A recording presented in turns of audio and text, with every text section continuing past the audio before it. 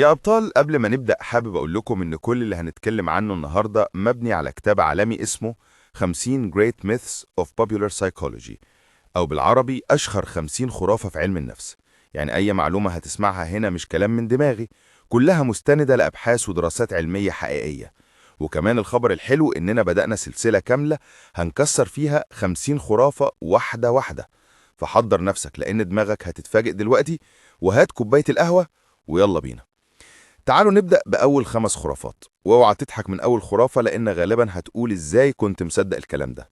الخرافة الأولى: إحنا بنستخدم 10% من المخ. كلنا سمعناها في الأفلام والمسلسلات. المعلومة دي تقولك إن 90% من دماغك نايم ومستند صحي، بس الحقيقة دماغك شغال 100% طول الوقت. يعني مش لازم تجيب عصاية سحرية ولا جني مخفي جوه راسك. المخ كله شغال ومش فارق فيه 10% ولا حاجة. اسأل نفسك: عمرك صحيت من النوم وحاسس مخك تعبان رغم إنك نايم؟ أهو ده دليل إن المخ شغال. الخرافة التانية: ذاكرة الإنسان عبارة عن كاميرا دقيقة. كلنا حاسين بنفسنا. أحيانا بنفتكر حاجة حصلت بالظبط وبعدين نكتشف إننا فاكرين نص القصة بس. الذاكرة فيش كاميرا، هي شوية ذكريات وشوية اختراعات من دماغك. اسأل نفسك: عمرك اختلفت مع حد على موقف وكل واحد فاكر حاجة مختلفة؟ ده بالظبط اللي بيحصل للكل. الخرافة التالتة: لو اتنرفزت لازم تطلع غضبك وإلا هتنفجر. الغضب مش قنبلة بتحتاج تفجير، بالعكس، تفريغ الغضب بالعنف بيخلي دماغك متعود على العصبية أكتر.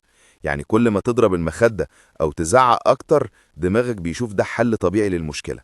اسأل نفسك: عمرك غضبت وقررت تخرج اللي جواك وبعدها لقيت نفسك متعصب أكتر من الأول؟ أهو ده اللي العلماء لقوه. الخرافة الرابعة: الشخصية بتتكون في الطفولة وما بتتغيرش. الدراما والأفلام خلتنا نصدق إن اللي اتربى على الخوف هيعيش خايف، واللي اتربى على العنف هيعيش عنيف، واللي اتربى على الهدوء هيعيش هادي. لكن ده مش صحيح. الشخصية بتتغير. العقل عنده قدرة اسمها المرونة العصبية، يعني بيتعلم ويتبدل طول العمر. اسأل نفسك: عمرك شفت شخص كان خجول جدا وفجأة بقى اجتماعي؟ أو حد كان فوضوي وبقى منظم؟ أكيد شفت مثال بسيط: حد يدخل الجيم سنة كاملة أو يلعب أي رياضة، مش بس جسمه بيتغير، شخصيته كمان بتتهذب.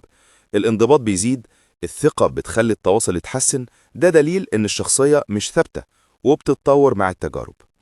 الخرافة الخامسة: المجرمين ليهم شكل معين. اللي يقولك ده شكله شرير أو ده شكله طيب مستحيل يعمل حاجة غلط. ده تخمين مش علم. مفيش علاقة بين الشكل الوش والسلوك. اسأل نفسك: كم مرة شفت حد شكله عابس وأول ما اتكلمت معاه طلع طيب؟ وكم مرة شفت واحد مبتسم وطلع أكبر مصيبة؟ في تجارب كتير عرضوا نفس الصورة على ناس مختلفة.